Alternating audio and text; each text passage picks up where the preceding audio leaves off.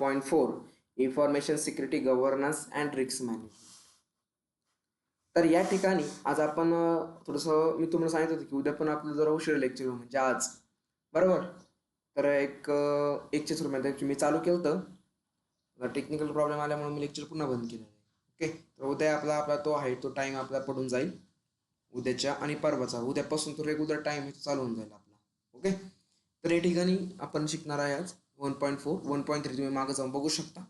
Information system governance and risk assessment. Information system governance and risk assessment काय आहे? Information security governance defined as the subset and enterprise governance that provided strikes and direction insurance that objective as achieved manage risks. It's approximately this use an organization resource responsibly and monitor the success due run of enterprise security program according to the information system and audit and control associations. तर या ठिकाणी काय सांगितले गेलेलं आहे बरोबर. तर information security गव्हर्नन्सचा अर्थ म्हणजे काय की तुमचे जे ऑर्गनायझेशन वगैरे जे असतात आय टी आणि सिक्युरिटीला ते एक तरीका असतो म्हणजे मॅनेज करण्याचा काय असतो एक तरीका असतो बरोबर. एक मॅनेज करण्याचा काय तरीका असतो त्याच्यामध्ये तुमचा डाटा सुरक्षित राहतोय, तुमचा रिस्क म्हणजे काय तुमची रिस्क वगैरे कमी करण्याचाही त्याच्यामध्ये जास्त प्रयत्न केला जातो. ऑर्गनायझेशन आणि गोल्सला ते पूर्ण करायचा जास्त प्रयत्न केला जातो बरोबर. आणि त्यानंतर आपण बघतो की रिस्क असाइनमेंट.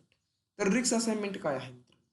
तर इथे रिस्क असाइनमेंट काय घ्यायचं मित्रांनो? रिस्क असाइनमेंटच्या म्हणजेच काय म्हणजे पहिल्यापासून असं माहिती ठेवणे की ते ऑर्गनायझेशनमध्ये कोणकोणते असे थ्रेड्स आहेत जे जेणे आपलं नुकसान वगैरे होऊ शकतं आणि किती नुकसान होऊ शकतं याचा आपल्याला रिस्क असाइनमेंटमध्ये शिकायला भेटतं. तर now will show in this figure. This is the explained by the figure. First of the threads. Now we'll discuss about it. Threads म्हणजे जसे म्हणजे आपण म्हणतो का हॅकिंग, व्हायरसेस, डेटा टाफ्ट वगैरे तर त्याला आपण म्हणतो थ्रेड्स. इथं बघू शकता तुम्ही. First now will discuss about it threads. कशा पद्धतीने तुम्ही सायकल बनलेली आहे तर आपण पूर्णपणे हे बघणार आहे कशा पद्धतीने आपल्याला सॉल्व्ह करता येईल असं. त्यानंतर येतं आपल्याला व्हर्च्युबिलिटीज म्हणजे काय कमजोरी या म्हणतो आपण, नाजूक या असं म्हणतो ना. सिस्टमला एखादी कमजोरी आली त्याचा हॅकर काय करतो फायदा उठवतो. एखादा फायदा उठवतो. तसं तुमच्या सिस्टममध्ये व्हायरस आला फॉर एक्झाम्पल सिस्टममध्ये व्हायरस आला आणि व्हायरस आल्याच्यानंतर तुमचं सिस्टम ऑन होत नाहीये. मग काय करणार तुमच्या सिस्टममध्ये काय करणार एका तिकडे फायदा उठवायला तुमच्या सिस्टमचा चालू करणार आहे बरोबर. नंतर इम्पॅक्टमध्ये काय प्रभाव पडणे, एखाद्या गोष्टी काय पडतो असतं प्रभाव पडतो.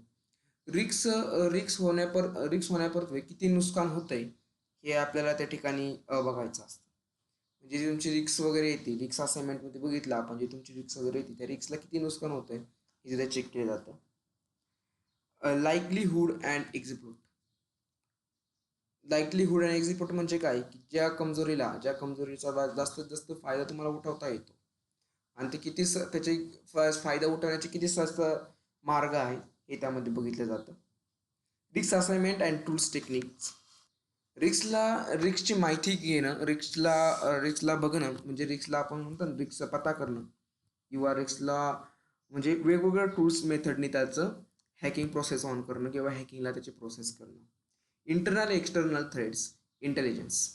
ऑर्गनायझेशनच्या आपण म्हणतो ना एखाद्या ऑर्गनायझेशनच्या आतमध्ये किंवा बाहेर मिळणारी एखादी थ्रेड्स असेल एखादी माहिती असेल त्याला आपण म्हणतो थ्रेड्सची माहिती एखादी आपण म्हणतो.